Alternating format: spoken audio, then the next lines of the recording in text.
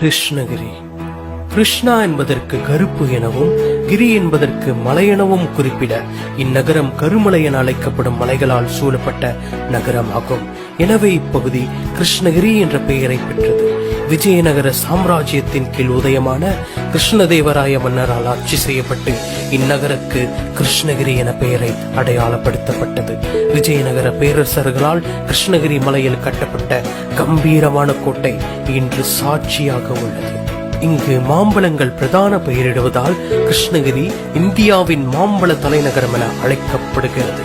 இந்நகரம் வரலாற்றுக்கும் முந்தைய முக்கியத்துவம் உள்ளது. கற்காலம் முதற்கொண்டே இந்நகரத்தில் மனித குலத்தின் வாழ்விடங்கள் இருப்பதை தொல்பொருள் ஆதாரங்கள் உறுதிப்படுத்துகின்றன. சிந்து சமவெளி நாகரிகம் மற்றும் இரும்பு யுகத்தின் பாறை ஓவியங்கள் மற்றும் பாறை சிற்பங்கள் வரலாற்றின் முக்கியத்துவத்தை ஆதரிக்கின்றன.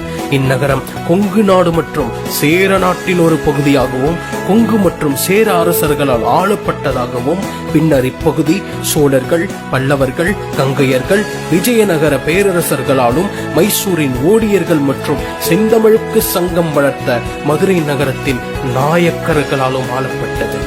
இந்த பகுதி பெருமைமிக்க தமிழ்நாட்டின் நுழைவாயிலாகவும் ஏகாதிபத்திய மற்றும் சுரண்டலின் நோக்கங்களுடன் படையெடுப்பாளர்களிடமிருந்து தாக்குதல்களை காக்கும் தெற்கு பிராந்தியத்திற்கான பாதுகாப்பு தடையாகவும் எதிர்த்து செயல்பட்டது. கிருஷ்ணகிரி மலையில் படர்ந்து விரிந்து கம்பீரத்துடன் இருக்கும் கோட்டை இப்போதும் சாட்சியாக உள்ளது.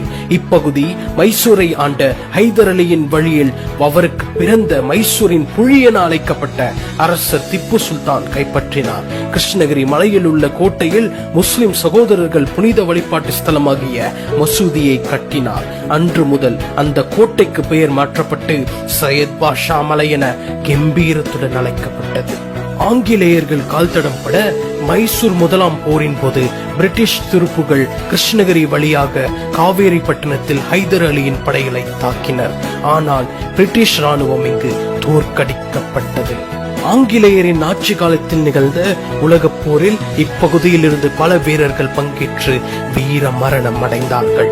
இந்திய விடுதலைக்கு பிறகு இந்த மாவட்டத்தின் ஒரு சிறிய கிராமத்தை சேர்ந்த டாக்டர் சி ராஜகோபாலாச்சாரியார் சுதந்திர இந்தியாவின் முதல் கவர்னர் ஜெனரலாகவும் காங்கிரஸ் கட்சியின் தலைவர் மற்றும் தமிழக முதல்வராகவும் பதவியேற்றார். கல்வி முக்கியத்துவமும் பொருளாதாரம் மற்றும் சுற்றுலாவில் வரலாற்று முக்கியத்துவமும் மற்றும் சாத்தியமான வளர்ச்சி ஆகியவை ஒரு தனி மாவட்டத்தை உருவாக்குவது அவசியமாக்கியது. எனவே தமிழக அரசால் தருமபுரி மாவட்டத்திலிருந்து தனியாக செதுக்கப்பட்டு தமிழகத்தின் 30வது மாவட்டமாக பிப்ரவரி 9, 2004 அன்று கிருஷ்ணகிரி மாவட்டம் உதயமானது. 5143 கிலோமீட்டர் பரப்பளவை கொண்ட கிருஷ்ணகிரி தென்கிழக்கில் திருப்பத்தூர், கிழக்கில் திருவண்ணாமலை, தெற்கே தர்மபுரி, வடமேற்கே பெங்களூர், மேற்கே சித்தூர் என இவ்விடங்களுக்கு மைய இடமாக திகழ்கிறது. தமிழகத்திற்கு வாசலாக இருக்கும் கிருஷ்ணகிரிக்கு கர்நாடக மாநிலத்திலிருந்து இருக்கும் நந்தி மலையிலிருந்து பெருக்கெடுத்து வரும் தென்புணையாறு இம்மாவட்டத்தின் வளங்களை வளர்க்கின்றன. தமிழகத்தின் முதல்வராக கருமை வீரர் என அழைக்கப்பட்ட காமராஜரால் கட்டப்பட்ட அணை கம்பீரத்துடன் நிற்கிறது. மாங்கனியின் நகரம் என அழைக்கப்படும் கிருஷ்ணகிரி வருடத்திற்கு 3 லட்சம் டன் மாம்பழங்களை உற்பத்தி செய்கிறது.